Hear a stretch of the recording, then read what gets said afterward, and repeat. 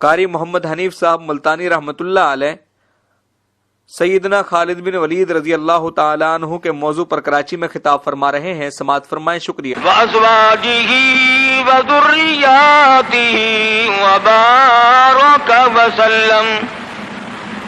وَسَلَّمَ تَسْلِيمًا كَثِيرًا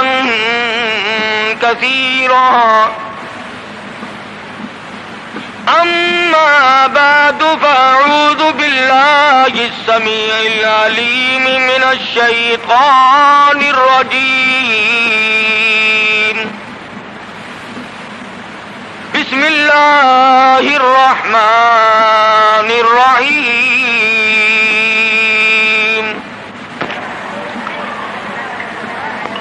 إذا جاء نصر الله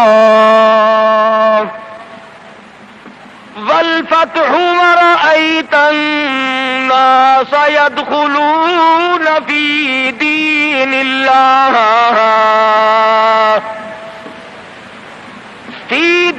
الله أفواجا فسبح بحمد ربك واستغفره إنه كان توابا وقال النبي صلى الله تعالى عليه وسلم كن في الدنيا كأنك غريب وقال النبي صلى الله تعالى عليه وسلم الدنيا مزرعة الآخرة وقال النبي صلى الله تعالى عليه وسلم من احیا سنتی عند فساد امتی فلہ اجر 100 شہید وقال النبی صلی اللہ تعالی علیہ وسلم من صلی علی واحدۃ صلی اللہ علیہ 10 مرات صدق اللہ مولانا العلی العظیم وصدق رسولہ النبی الکریم ونحن على ذلك لمن الشاہدین والشاکرین والحمد للہ رب العالمین۔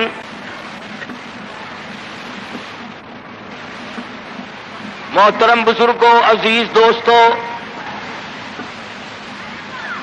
حضرت محمد الرسول اللہ صلی اللہ تعالی علیہ وسلم کی تشریف آوری تھی۔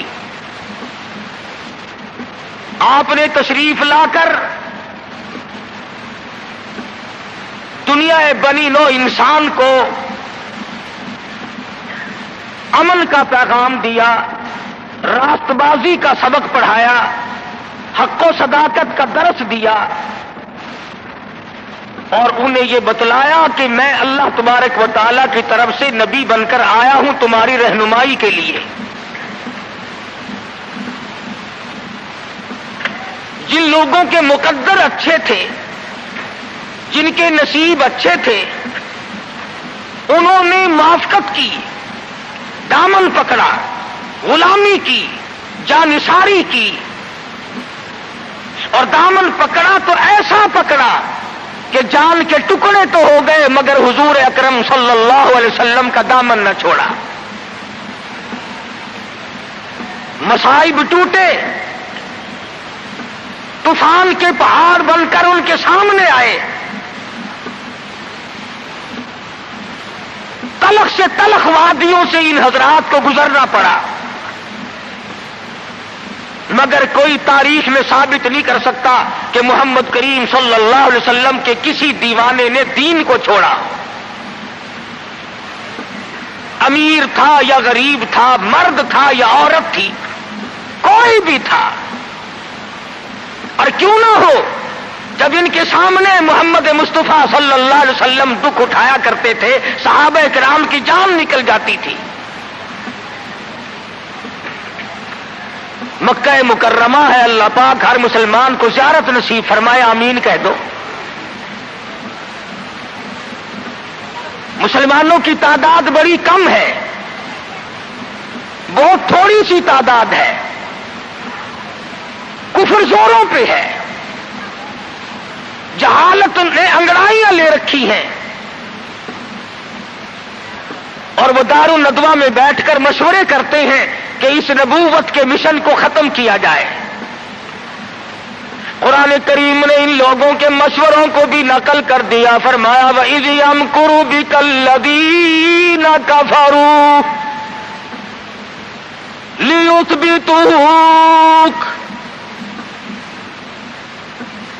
محمد صلی اللہ علیہ وسلم کو قید کر دو، ان کی تحریک ختم ہو جائے گی، ان کا مشن ختم ہو جائے گا۔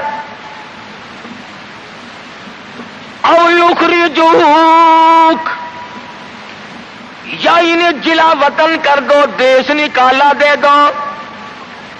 او یقتلوک، سرے سے قتل کر ڈالو، نبوت کو دنیا میں سے بے نام و نشان بنا دو۔ اللہ پاک فرماتے ہیں تم نے بھی تدبیر بنائی، تم نے بھی تجویز کی، وَيَمْكُرُونَ وَيَمْكُرُ اللَّهُ،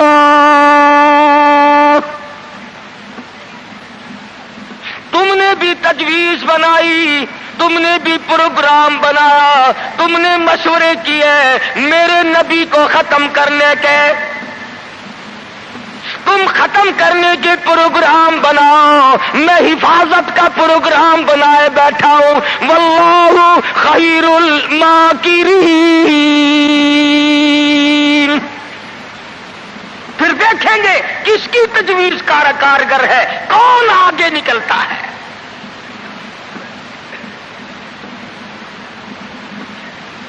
یہ مارنے کے درپے ہیں، یہ ختم کرنے کے درپے ہیں، یہ مٹانا چاہتے ہیں۔ اور اللہ کریم کے سامنے ادھر مدنی کریم صلی اللہ علیہ وسلم ساری رات سجدے فرماتے ہیں۔ سیدہ عائشہ صدیقہ رضی اللہ تعالیٰ عنہا فرماتی ہے میں سوئی ہوئی تھی، اچانک میری آنکھ کھلی، آپ کا سر سجدے میں ہے، اتنے رو کر دعائیں کرتے ہیں، اس قدر آزاری کی، اس قدر عاجزی فرمائی، آپ کا سانس گھٹنے لگا۔ عائشہ صدیقہ فرماتی ہے میں کلیجے کو پکڑ کر بیٹھ گئی، کہیں آج میں بیوہ تو نہیں ہو جاؤں گی۔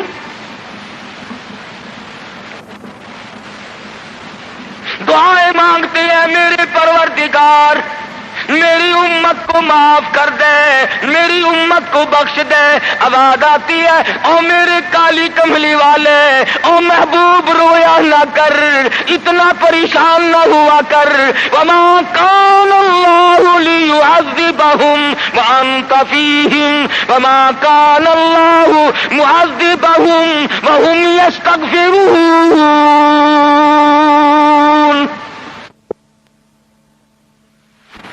میرے محبوب جب تک آپ ان لوگوں میں موجود ہیں میں وعدہ کرتا ہوں ان کو کوئی عذاب نہ دوں گا،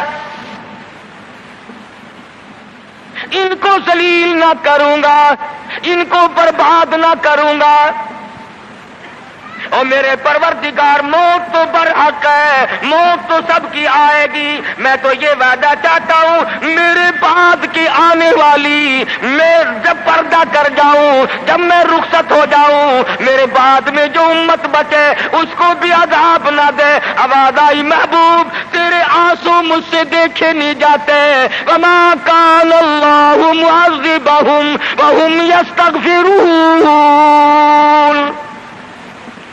جو استغفار کرنے والے لوگ ہوں گے، جو مجھے منانے والے لوگ ہوں گے، جو معافی طلب کرنے والے لوگ ہوں گے، میرے محبوب میرا تجھ سے وعدہ ہے، مجھے اپنی کبریائی کی قسم میں انہیں بھی برباد نہیں کروں گا۔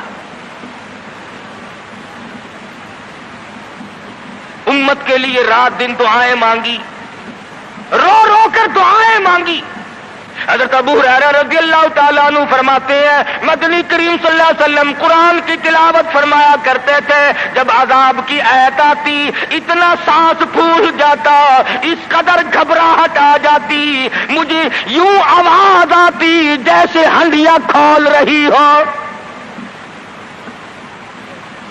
نبی ساری رات روئے، نبی کے قدموں پہ ورم آ گئے، ساری رات قرآن کی تلاوت کی۔ امت کی رات فلم میں گزرتی ہے، امت کی رات ٹیلی ویژن پہ گزرتی ہے، امت کی رات بدماشی میں کٹ رہی ہے، امت کی رات بدکاری میں کٹ رہی ہے، سفید داڑھی ہو گئی، قبر کی تیاری ہے، آج تک یہ نہ سوچا ثم لم یتوبوا فلہم عذاب جہنم ولہم عذاب الحریق، جلا دینے والا عذاب تباہ کر دے گا۔ کون اس سیرت کو پڑھے؟ قرآن جو سیرت بیان کرتا ہے، کوئی کیا سیرت بیان کرے گا؟ صحابہ اکرام نے جن کی آنکھوں نے حضور کا حال دیکھا، تم نے کبھی اپنے نبی کا لباس نہ پوچھا، بٹن کی جگہ میرے آقا کے کرتے مبارک میں کانٹے چبھے ہوئے ہیں، آرام فرماتے ہیں، گلے میں کرتا نہیں ہے۔ صحابی نے سوچا مجھ سے زیادہ کسی کو بھوک نہ ہوگی، پیغمبر کے سامنے جا کر کرتا اٹھا دیا، یا رسول اللہ ذرا دیکھو میرا کیا حال ہے، سیدھا نہیں ہو سکتا ہوں، پیٹ پہ پتھر باندھ رکھا ہے۔ رحمت والے ہاتھوں سے کرتا اٹھایا اور صحابہ کی آنکھوں نے دیکھا ایک کے بجائے 2 پتھر بندھے ہوئے۔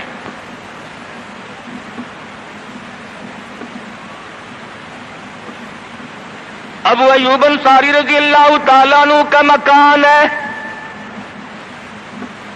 اللہ اللہ، ہجرت فرما کر مدینہ طیبہ میں تشریف لائے۔ ہر کوئی چاہتا ہے میرے دروازے پہ قیام ہو، مجھے یہ سعادت ملے، امام الانبیاء میرے مہمان بنے۔ مدینے میں پہنچے، سب نے تمناؤں کا اظہار کیا، اپنی خواہشات کا اظہار کیا۔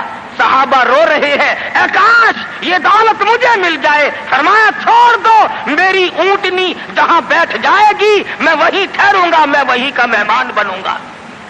جن گھروں میں بسترے تھے، جن گھروں میں کھانے تھے، جن گھروں میں اہتمام تھا، انتظام تھا، اونٹنی چلتی گئی چلتی گئی چلتی گئی، ابو ایوب انصاری کے دروازے پہ جا کے بیٹھ گئی۔ ابو ایوب انصاری کے گھر میں 3 دن کا پہلے سے فاقہ ہے۔ اور مسلمان تو آج مہمان بھی بڑے آدمی کا بن کے راضی ہے، بیٹی دینے کے لیے بڑے آدمی ڈھونڈتا پھرتا ہے، لڑکے کے لیے دلہن تلاش کرنے کے لیے بڑے آدمی ڈھونڈتا پھرتا ہے، رشتے ناتوں کے لیے بڑے بڑے تلاش کرتا ہے۔ ہر مقام پہ تیری پروں پہ نظر ہے، تو غریب پہ نظر ڈالنا چھوڑ گیا۔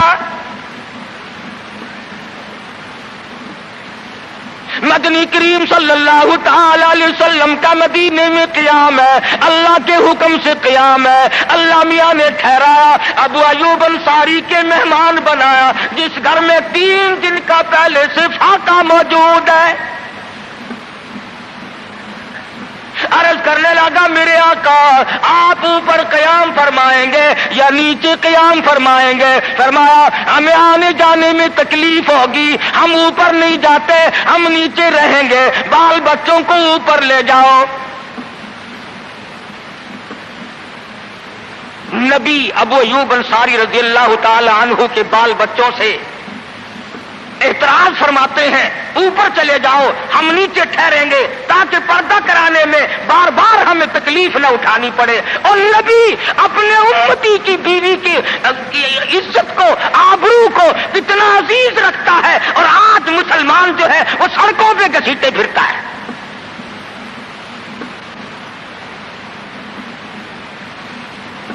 کافی دنوں کی بات ہے، ایک آدمی مجھے ملا، میں نے اخبار، میں روز تو پڑھتا نہیں، اخبار کیا کریں گے، اور میں تمہیں کہتا ہوں یہ تمہارا اخبار پڑھ کر سکھ مسلمان بنے گا، یہ تمہارا اخبار پڑھ کر چوڑا چمار ہندوستان کا بنیا اور ہندو وہ اسلام لائے گا؟